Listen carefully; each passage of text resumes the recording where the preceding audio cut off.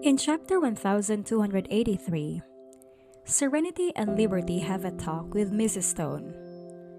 Serenity used to attend upper-class functions with Miss Socks, and Mrs. Stone praises her grace and interpersonal abilities.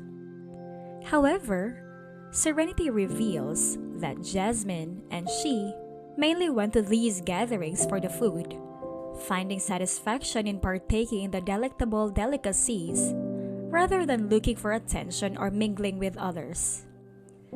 They stayed in a corner and were absorbed in enjoying the feast, so their presence was largely ignored. Mrs. Stone then focuses to Liberty, who is obviously exhausted and is having trouble staying awake while holding her son Sonny.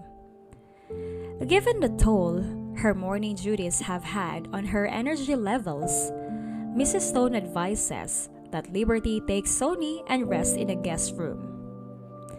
Mrs. Stone chooses to put off their discussion until later since she recognizes Liberty's weariness. Mrs. Stone, seeing that Liberty might not be the best fit for Serenity and Zachary's social circle, offers Liberty the chance to go with her to an event the next night before Liberty turns in for the evening. But Liberty graciously declines, saying that the neighborhood is not right for her and that she hopes to join the upper class once her restaurant chain grows to include more locations. Instead of relying on relationships, she wants to earn her position by hard work and merit.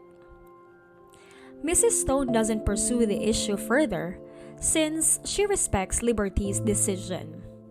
She then changes the subject to Duncan Lewis, who frequently has breakfast at Liberty's diner. Despite being a rich CEO, Duncan is revealed by Liberty to be affable and unpicky when it comes to food.